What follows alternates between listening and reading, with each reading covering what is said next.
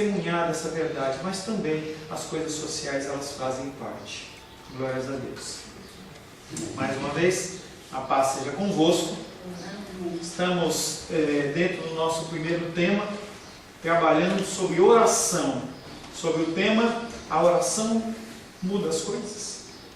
E nós temos, domingo após domingo, falado sobre esse tema em diversas óticas, em diversas partes. E aí nós já falamos sobre o lugar de oração, nós já falamos sobre o propósito de oração, para que a gente tem que orar. Nós finalizamos na semana retrasada o padrão de oração, um padrão que nos é ensinado pelo próprio Jesus Cristo, quando os discípulos perguntam para ele, como que nós devemos orar? E nós trabalhamos o Pai Nosso.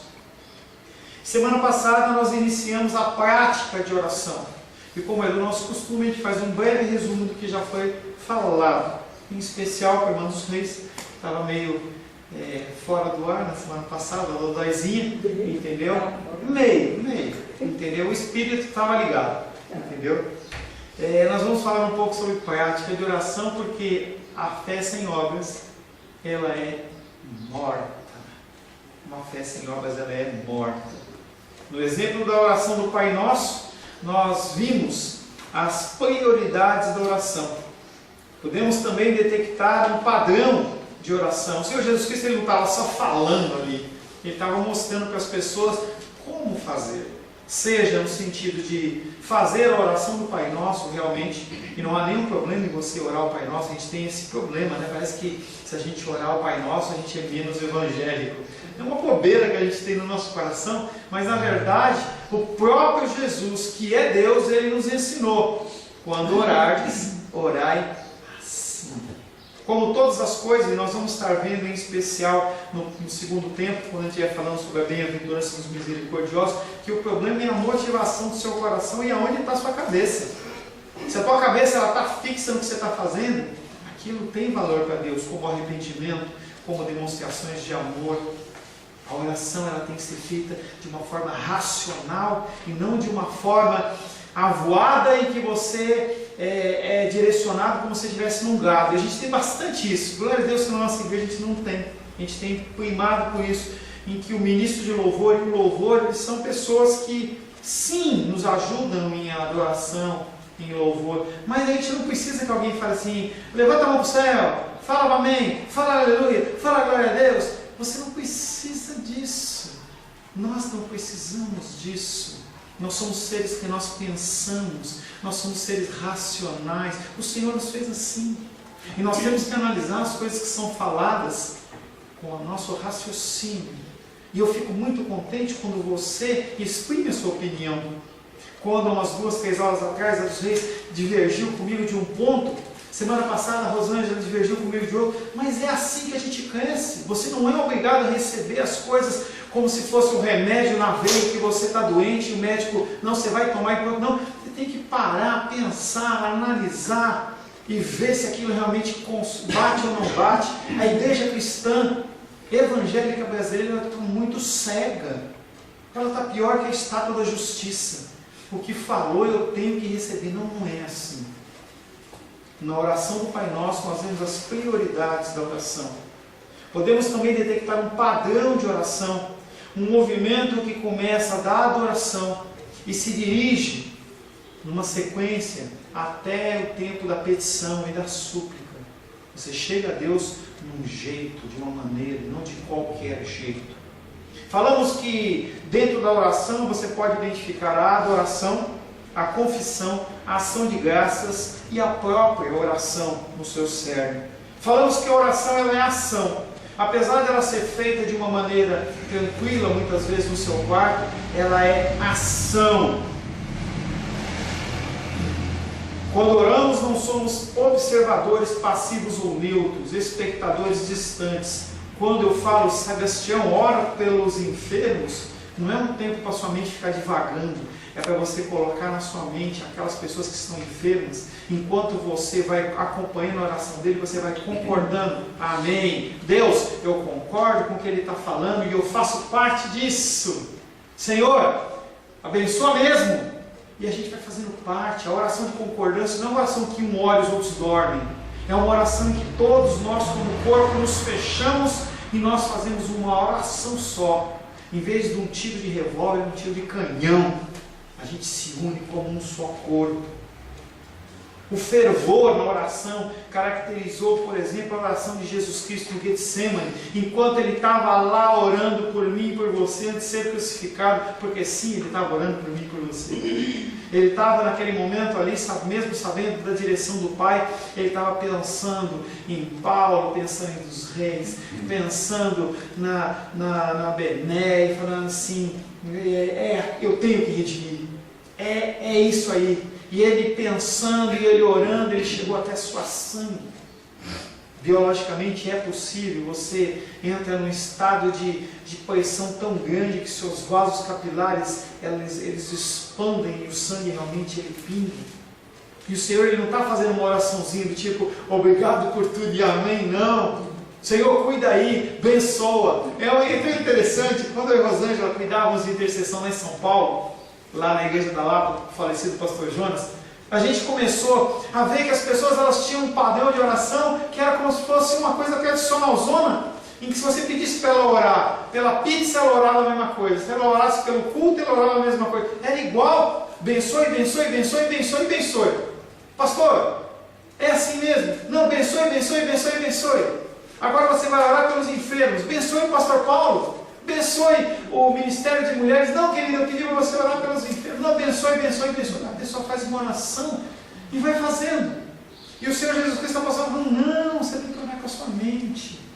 A oração é um exercício de paixão, em que você pega aquele tema que está sendo colocado para você e você, naquele momento, na igreja, ou onde você estiver, está sendo comissionado pelo próprio Deus, o soberano Senhor, o Rei dos Reis, Senhor dos Senhores, e fala assim, esse tema é seu, cuida disso, cuida desse tema, que eu vou passar outro tema para a Bené, eu vou passar outro tema para o irmão Cláudio, esse é seu, e a gente tem que entender dessa maneira.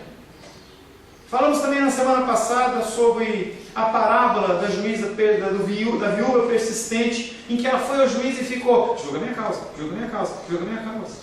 E aí nós entendemos ali que, falando sobre a perseverança, que apesar de Deus ele ser onisciente, apesar de nós não mudarmos o coração de Deus nas nossas orações, e você já falamos bastante sobre isso, não adianta você subir em monte, você só gemer, orar, chorar, arrancar os cabelos, rasgar a roupa, não adianta você fazer campanha, o que está definido por Deus, querido, está definido e pronto. A gente já falou bastante sobre isso, mas fala sobre a perseverança, a crença de que se não aconteceu, pode acontecer, e se não acontecer, me submeto ao Senhor. E aí falamos sobre as petições que o Senhor ouve. Que petições ele ouve? Será que ele ouve qualquer uma? Quantos pedidos você já foi a Deus e Ele não te concedeu? Será que eram pedidos que nasceram do coração do Senhor? Será que eram pedidos que eram da vontade dEle? Se não aconteceu, ou não é a hora ainda, ou não vai acontecer. O Senhor ele só ouve as coisas que estão no seu coração. E cada vez que você aprende mais de Deus, você começa a sintonizar que as orações que Ele quer que você faça têm uma outra ótica. A oração pelo próximo, a oração pela nação, a oração pelos outros. Você tira o foco de si e começa a olhar para os outros.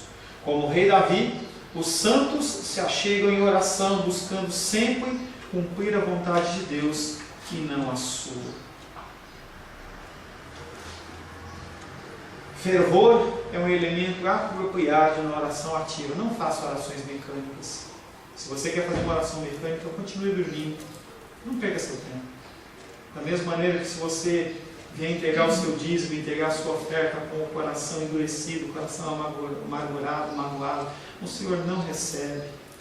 Também uma oração mecânica, só para dizer que você orou, não vale nada. A gente insiste bastante com a nossa filha nas orações das refeições. E aí quando a gente coloca ela para orar, ela faz uma oraçãozinha, aí eu falo para ela assim, será que essa oração sua foi uma oração do teu coração? Ou só uma oração para eu poder começar a comer? Ela fica me olhando. A gente tem que, independente da idade, a gente tem que primar por uma oração de dentro, uma oração fervorosa. Quantas pessoas já olharam para você e falaram assim, eu te amo, e não quis dizer nada, mas isso não tem valor nenhum. Nós temos que pensar nisso. Dentro do tema desse bloco, nós vamos começar a falar sobre a adoração. Como no modelo da oração do Pai Nosso, a maneira mais apropriada de começarmos a orar é com a adoração. Você tem que reconhecer com quem você está falando. Não é religiosidade, não é formalismo, não é palavras rebuscadas, mas você tem o privilégio de entrar na presença de Deus. Infelizmente, somos mais frequentemente impelidos a orar por nossos desejos e nossas necessidades. As pessoas encontram o caminho de orar, o caminho da igreja tão facilmente quando estão passando muitas dificuldades. Não é isso que o Senhor espera de mim e de você como cristãos. Buscamos a Deus na maioria das vezes quando queremos algo dele. Como que é quando alguém ele cola em você só porque você tem alguma coisa a te oferecer? Será que é legal? Como é que você se sente com as pessoas que ficam só atrás de você, não me dá, eu quero. É chato. É muito chato. Com Deus não é diferente. Estamos com tal pressa para apresentar-lhe nossos pedidos e contar-lhes as nossas necessidades que Ele já conhece. Você sabia que Ele já conhece as suas necessidades? As suas dores, as suas dificuldades? Ele já conhece. E aí a gente vai desesperadamente para os nossos pedidos. É como se você fosse sair para jantar e você nem degustasse a comida direito, mas você fosse direto para a sobremesa. Todo aquele alimento que foi preparado, que tem uma série de sabores, você deixa de apreciar, porque você quer ir aos finalmente. Omitir a adoração significa excluir o mais importante da oração. O mais importante da oração não é a sua necessidade. O mais importante do culto na igreja não é fazer você sentir bem. A finalidade da igreja não é satisfazer a sua vontade, satisfazer os seus desejos. As pessoas elas têm confundido as coisas. Um lugar que deveria ser um lugar em que nós vamos ao Senhor demonstrar a nossa alegria pelo que foi feita, ela se transforma num lugar em que você tem os seus desejos satisfeitos. E aqui é onde você é satisfeito. Na cura da sua enfermidade, na manutenção financeira, na cura do emocional, alimentação espiritual, mas não é o mais importante. O mais importante é você olhar para trás e falar assim, essa semana o Senhor cuidou de mim. Essa semana não faltou o arroz na minha mesa, não faltou o medicamento para a minha enfermidade, não faltou o ar que eu respiro, não faltou o transporte, não faltou a carona. Esse é o cerne, é o importante de um culto, esse é o importante da oração. Você reconhecer que Deus, Ele é bom. Uma coisa é ser fervoroso nas súplicas, especialmente quando se ora em meio à luta. Outra coisa é ser fervoroso em adoração. Como é fácil você entrar na presença de Deus com uma necessidade? Semana passada, o José estava aqui com sua mal. A gente ficou preocupado, né? Oramos por ela. Alguns oraram com mais fervor, outros com menos fervor. Mas, e quando não há essa luta, essa dificuldade? Como é que nós entramos na presença do Senhor? E a adoração, ela é feita com o mesmo fervor? Será que você, quando chega na presença de Deus, na hora do fervor, da vontade de Deus, deve dormir na oração que você faz? Ou ele está ali olhando, e você fala assim, olha o meu filho e a minha filha orando. Você sabia que ele faz isso? Sabia que ele olha quando você está orando? Ou quando você está louvando? Fora da igreja? Não acredito, pastor. Fora da igreja, Deus me olha. Te olha? Sabia disso? Hã? Quando você está na sua casa lá, que você curva os seus joelhos, ou que você toma um louvor, você sabia que ele fala assim, meu filho, a minha filha está adorando, está orando, está conversando comigo. Nosso Deus não é um Deus tão longe assim. Ele é grandão, mas Ele está sempre presente nas nossas vidas. Uma coisa é ser fervoroso nas súplicas, outro é na adoração. A oração dos guerreiros da história da igreja são marcadas por sua adoração fervorosa a Deus. Se você tiver curiosidade de olhar além da Bíblia, vendo de homens ao longo da igreja primitiva para cá, você vai ver que as pessoas que têm um bom relacionamento com Deus, eles passam horas orando. Ah, pastor, ele não vive o que eu vivo. Vive. As pessoas, elas colocam como prioridade a oração, acima da família, relacionamento com Deus, acima da família, acima dos seus trabalhos. E as pessoas acordam 1 hora antes, 2 horas antes. Mas pastor, eu vou ficar com sono. Dorme mais cedo. Às vezes a gente gasta tempo com tanta besteira, e no tempo com Deus a gente quer fazer tudo de uma maneira correta. As orações dos guerreiros são marcadas por uma adoração fervorosa a Deus. Que Deus não permita que menosprezemos o ensino de Cristo. Mas eu tenho que te confessar que eu fiquei pelo menos surpreso com a resposta de Jesus com os discípulos. Os discípulos olham para Jesus e falam: Senhor, ensina-nos a orar. Por que Jesus não falou para eles lerem os salmos? Salmo é oração viva. A gente gosta de orar salmo, de ler os salmos. Quando eles disseram, ensina-nos a orar, ele poderia ter falado, leia os salmos. Eu fiquei surpreso de que ele não recomendou isso aos discípulos. Havia a disponibilidade dos salmos para aqueles homens. Ali achamos nos salmos não somente o coração de Davi exposto. Davi era um pecadorzão miserável, cometia adultério, matava a pessoa, mentia, mas perante Deus tinha um coração quebrantado. Quando o coração dele era exposto do pecado, ele olhava para Deus e falava assim: pequei, e pequei contra o Senhor. E o Senhor olhava para o coração dele e falava assim: esse aí é uma pessoa segundo o meu coração, pecador, adúltero, assassino, mas o coração dele era um coração temente a Deus. E às vezes o meu coração e o seu coração não comete essas coisas, mas é tão frio. Está que nem a igreja de Laodiceia, em que o Senhor olha e fala assim: eu estou a ponto de vomitar o pastor Paulo, porque ele vive uma vida tão morna, tão tranquila, tão assim.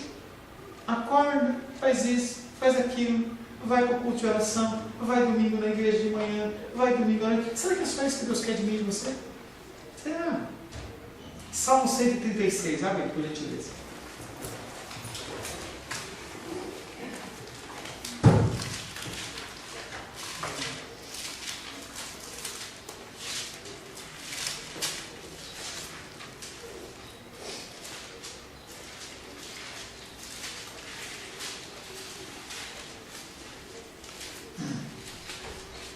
Só o comecinho dele.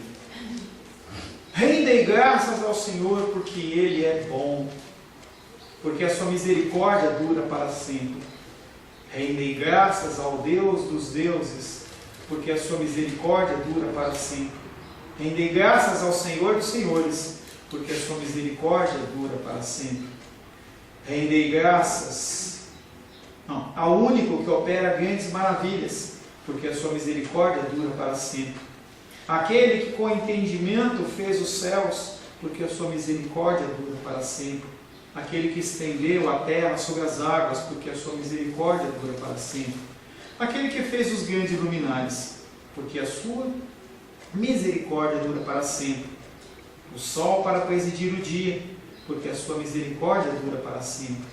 A lua e as estrelas para presidirem a noite, porque a sua misericórdia dura para sempre. Verso 24, lá embaixo. E nos libertou dos nossos adversários, porque a sua misericórdia dura para sempre.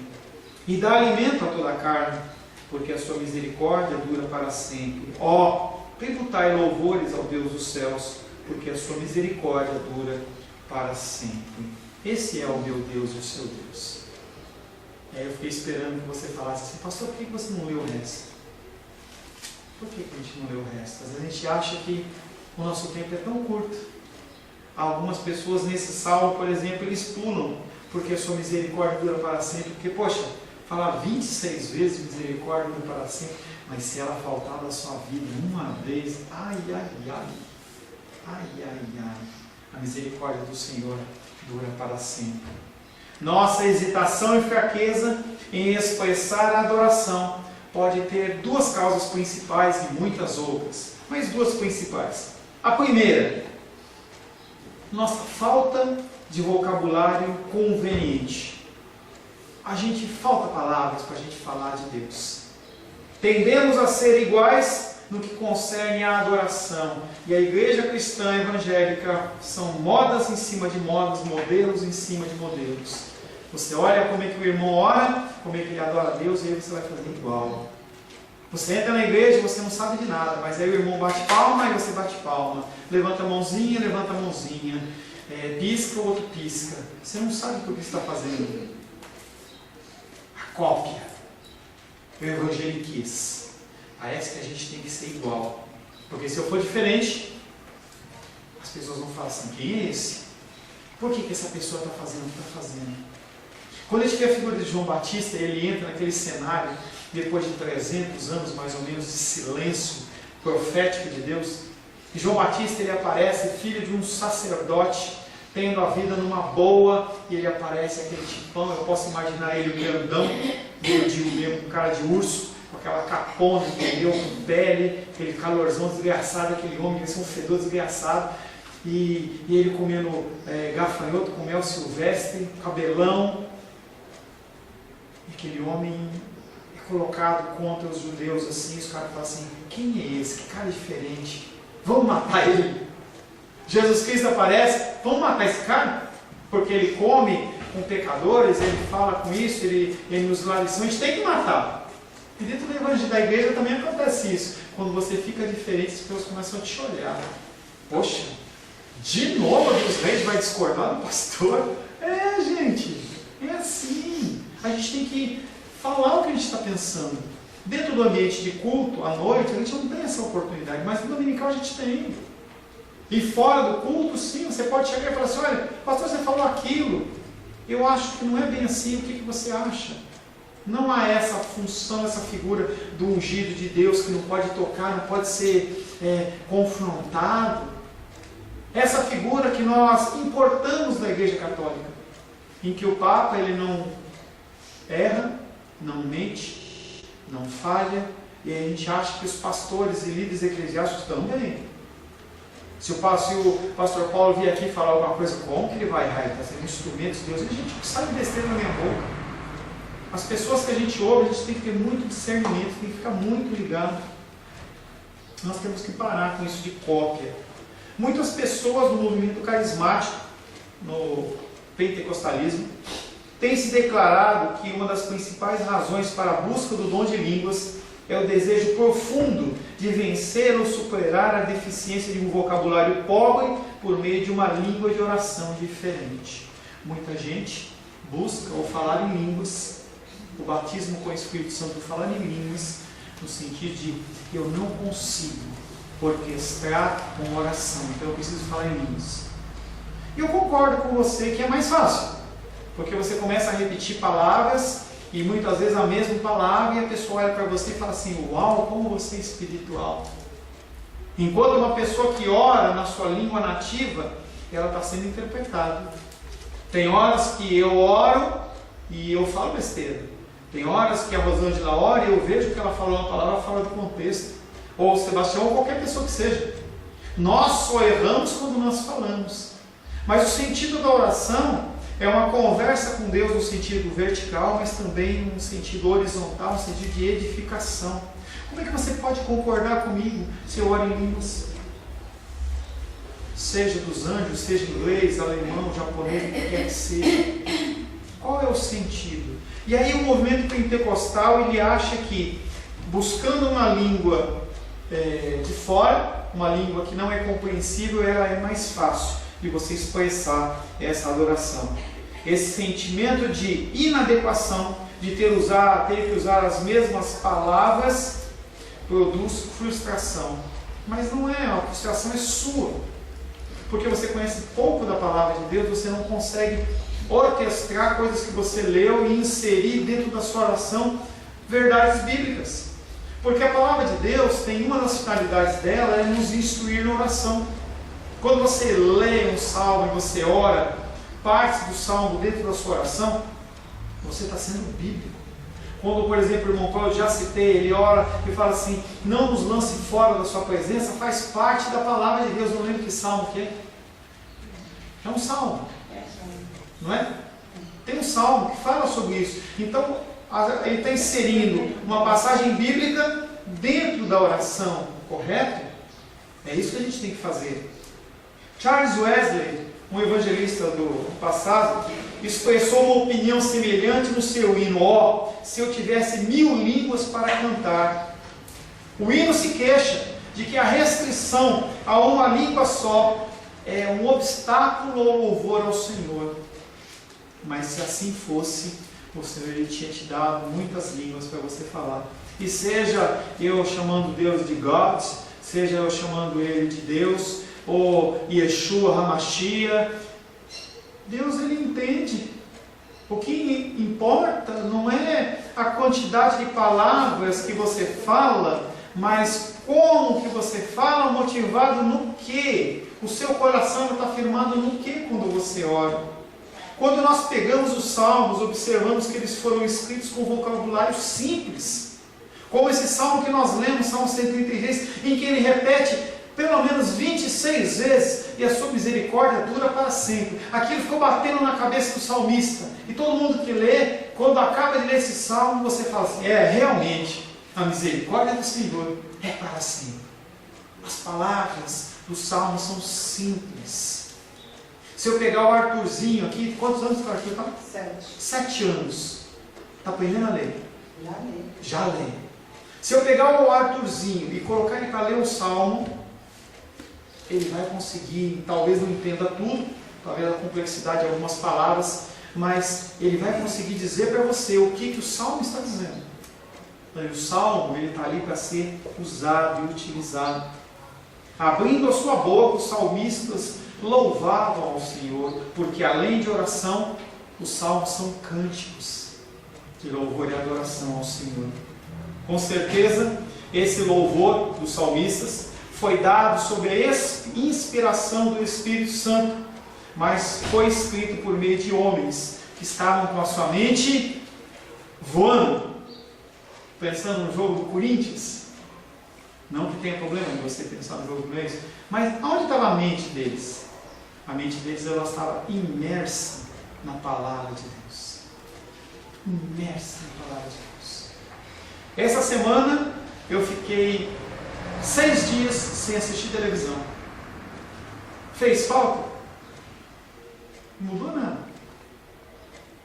Estou sabendo que a Olimpíada está começando, mas não fez falta nenhuma. Não perdi tempo com a televisão. Foquei naquilo. O tempo que eu tinha disponível, descansava, era bem corrido as palestras. Começava às 8 horas da noite, acabava 10h30, 15 para as 11. E aí, se você vacilasse, na outro dia você acordava com muito sono, você não conseguia absorver o que estava sendo falado ali. E eu não poderia ousar perder o meu tempo, entendeu? Utilizando recursos da igreja para buscar ensinamento. E mais, saber que Deus está falando e eu estou dormindo com sono. Então você tem que absorver as coisas, tem que utilizar as coisas de uma forma importante, entendendo que é importante. Salmo 138, verso 1, 2 e 6.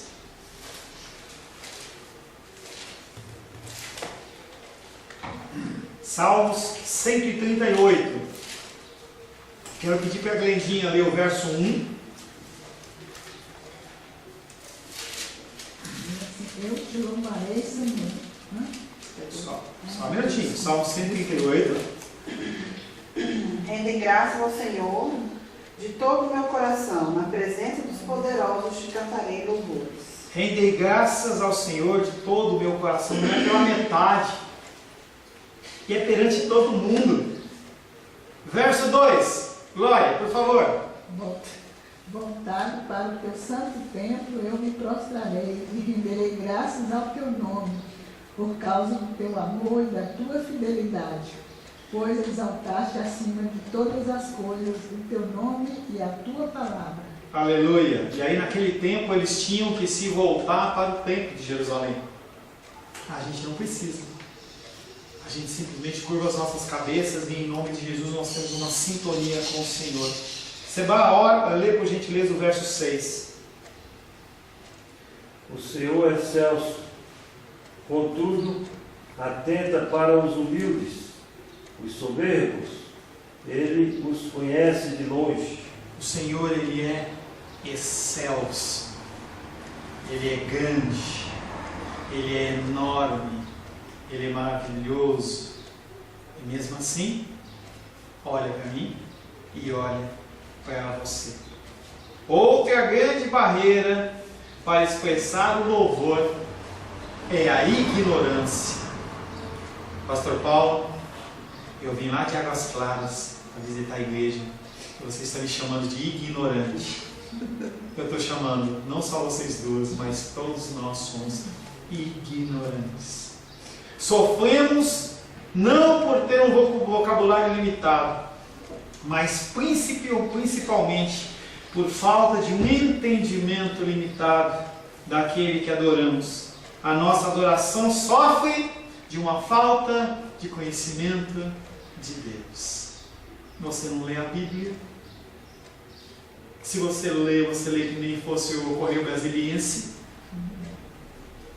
a revista Caras, sendo que a palavra de Deus ela tem que ser degustada. E a gente, dentro da nossa igreja, o Senhor tem nos privilegiado com os estudos da pregação expositiva, em que a gente passa um culto meditando sobre dois versículos. Você tem ideia de quando nós vamos acabar o Evangelho de João? Nós estamos no capítulo 5 de João. Eu acho que a gente deve demorar pelo menos mais 1 ano e meio a 2 anos no Evangelho de João. Pastor, tudo isso? Gente, a palavra de Deus, cada vez que você medita, você vai extraindo dela cada vez mais elementos. Como o petróleo, que você vai, o processo de refinação do petróleo, você pega ele in natura e você vai aplicando calor nele, e aí vai saindo os produtos cada vez os menos valorizados, até que chega lá na frente o mais valorizado. E quanto mais nós meditarmos, mais nós vamos conhecer Deus, mais nós vamos conhecer a estrutura do que João estava falando. Quando você lê uma epístola joanina, você vai falar assim: eu entendo o que ele está falando, porque eu sei como ele escreveu, o que ele quer dizer com isso. E nós vamos meditando, e aí você senta para ler a Bíblia, você está preocupado em ler 5 capítulos. Quanto você põe em prática na sua vida o que você lê? Será que de 5 capítulos que você lê de manhã, não vai embora não, Glenda? Foi muito duro para ela, não tem problema não. Será que esses 5 capítulos que você lê de manhã, você coloca um versículo em prática na sua vida? Será que você tem inteligência de tal maneira que você consegue absorver o que tem em 5 capítulos e colocar em prática na sua vida? Duvido. Aí eu pergunto no final do ano: quantas vezes você leu a Bíblia? 3 vezes a Bíblia. Quanto você colocou em prática? Nada. Por que eu digo que nada? Porque a gente continua a mesma coisa. A gente continua com as mesmas murmurações, as mesmas reclamações, a mesma falta de confiança em Deus. Não estou falando de você não, estou falando de mim. Falta de confiança em Deus. Parece que a gente leu o texto e não entendeu absolutamente nada. Se a gente voltar para alguns menos tempo, para outros mais tempo, mas na época que a gente estava na escola aprendendo interpretação de texto, a gente tinha que entender, a professora dava um texto e falava assim: o que você entendeu? E a gente faz uma série de perguntas. É assim que a gente tem que ler a Bíblia, fazendo perguntas, identificando palavras que são palavras que a gente não entende. O que quer dizer isso? Buscar, não deixar de saciar a sua fome. E eu vou ficar um dia, vou ficar uma semana, enquanto eu não entender, e eu não passo para frente. Esse deveria ser o entendimento nosso da leitura da palavra de Deus. E com isso, a gente conhece mais a Deus. Pense no adolescente. E nós estamos falando sobre falta de palavras. Pense no adolescente. E aí aquele namoro, aquele amor. Não estou dizendo que namoro de adolescente é certo ou errado. Eu estou dizendo para você que quando uma pessoa ela fica apaixonada, se você der uma caneta na mão dela, ela vira um Shakespeare. Ela vai querer escrever, vai tentar passar de alguma maneira o sentimento, passar o que ela acha. E aí, por que nós não conseguimos fazer isso com Deus? Porque falta paixão, falta o amor.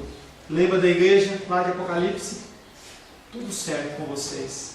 Vocês confrontam, vocês brigam, são que na palavra, só tem uma coisa contra vocês. Vocês esqueceram o primeiro amor. O Senhor, Ele fala da igreja hoje exatamente isso. Nós estamos longe do primeiro amor. Eu falava com uma pessoa essa semana, independente de estar certo ou não estar certo o raciocínio da pessoa, ela falava assim: poxa, eu bati o carro, meu carro ficou destruído, e as pessoas nem me perguntaram como eu estava, se eu precisava de alguma coisa. Agora, o pastor Augusto Nicodemos, ele bateu o carro, as pessoas desesperadas. Será que eu não tenho o mesmo valor? Independente do problema emocional dele, espiritual da igreja, não é assim que a gente age. A gente não se preocupa com o que acontece com os outros. A gente não se preocupa. A vida pastoral ela é uma vida que ela roda muito nesse aspecto. As pessoas elas querem ser cuidadas, mas ninguém liga para o pastor. Eu não estou fazendo chororô, não. Estou falando porque tem um pastor amigo meu em que ele está pastoreando uma igreja há 5 anos. E ele passando altas dificuldades, faltando até comida na mesa dele. E os irmãos, tá nem aí. Eu estou falando de mim, porque eu que estou falando, mas é uma coisa que eu tenho, uma tecla que eu tenho batido.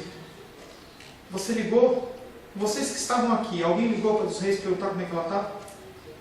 Ou alguém ligou para a Luísa para perguntar para ela como estava a mãe dela? A mãe dela teve um infarto nessa semana, está internada no hospital de base. Quem está no WhatsApp da igreja está acompanhando. Mas será que você ligou? Ou você só mandou uma mensagem lá no WhatsApp? Gente, a ligação faz diferença. A presença faz diferença. E isso é sinal do quê? Frieza de coração. O amor de muitos se esfriaria. Quando você está enfermo, você não quer receber um WhatsApp. Você quer receber uma ligação, você quer receber conforto. E a gente vai permitindo que isso vá acontecendo. E quando nós vamos falar com Deus, nós transmitimos com Ele o mesmo relacionamento. Um relacionamento frio. Deus, Ele é uma pessoa que tem uma história sem fim. Ele se revela a nós não somente na natureza, mas também na natureza. Se você sair agora e você começar a olhar as árvores, o tom das cores das árvores, o vento que está batendo, a gente consegue perceber a ação de Deus. Deus ele se manifesta através da natureza. Ele se revela a nós não somente na natureza, mas também através das páginas da Escritura Sagrada. Nós já falamos bastante sobre isso.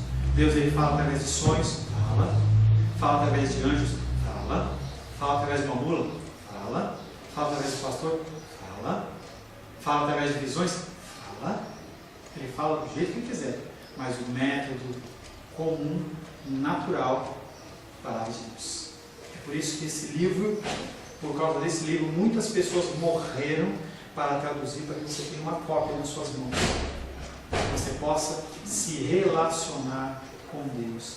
Se você não conhece a palavra de Deus, você não tem como se relacionar com Ele. Se enchermos a nossa mente com a palavra de Deus, os nossos gaguejos imprecisos se tornarão padrões inteligentes de louvor. Por não imergirmos a nossa mente nos salmos, não somente ganharemos discernimento a respeito de como louvar, mas também aprimoraremos o nosso entendimento daquele que estamos louvando. Se você começar a ler Salmos, como qualquer outra parcela da palavra de Deus, por que Salmos, pastor? Porque Salmos é oração pura. Você pode orar Salmos em primeira pessoa, você vai estar sendo extremamente bíblico e sem medo de errar você vai chegar ao coração de Deus, porque foi a palavra inspirada pelo próprio Deus nos ensinando, nos instruindo como nos achegarmos a Ele. Amém? Feche seus olhos. Senhor, em nome de Jesus, queremos agradecer por esse primeiro período em que nós podemos falar sobre oração, especialmente, Pai, em relação à adoração. Nos ensina, Pai, a nos achegarmos a Ti, em palavra, em louvor, em oração, em cânticos e em ações, Pai. Nós nos submetemos ao Senhor, Pai, em nome de Jesus. Amém. Glórias a Deus. A paz seja convosco. Meu nome é Paulo César. Eu sou pastor da Igreja Cristã Semente de Vida, aqui em Brasília, Distrito Federal. Me alegro que a palavra tenha te alcançado. A palavra faz isso. Ela alcança as pessoas aonde quer que elas estejam. E você foi agraciado com esta palavra. Não que eu tenha nada especial a te dizer. A palavra ela é suficiente e ela usa quem ela quer. E eu me alegro por ter sido um canal para poder te abençoar. Mas eu quero te dizer que não basta você ser um ouvinte. Não basta ser uma pessoa que se alegra quando você ouve a palavra de Deus. A vida ela é feita de decisões. Se você está ouvindo esta palavra hoje, eu creio que o Espírito Santo tem um propósito especial com você. Muito mais do que prosperidade, muito mais do que uma cura física, uma cura emocional ou espiritual, Ele quer te alcançar para a vida eterna.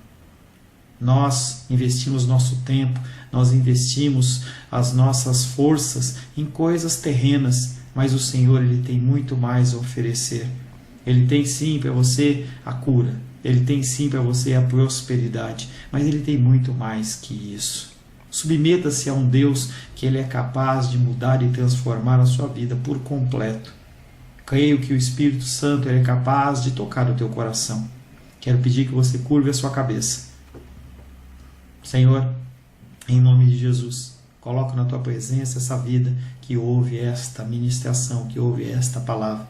Pai, eu não tenho capacitação nenhuma, mas o teu Espírito ele é capaz sim de tocar nesta vida, gerar nela mudança, transformação, arrependimento, e que ela possa simplesmente bater no peito, convencendo-se que é pecadora e que precisa de um Deus salvador. Não há um caminho a ti, meu Deus, que não seja através de Cristo. E eu lhe peço, Pai querido, que você alcance essa vida e ele possa sim tomar uma decisão pessoal pelo Senhor, em nome de Jesus. Amém. Amém, meu querido. Amém, minha querida. Fico contente que você esteja ouvindo essa ministração até o fim. E peço que você não se limite a ouvir os cultos pela internet. Você procure perto da sua casa uma igreja, um lugar que proclame a palavra do Senhor. Eu oro para que o Espírito Santo te direcione nessa busca, porque muita coisa tem sido oferecida que não é o Evangelho. Eu abençoo a sua vida em nome de Jesus. Amém.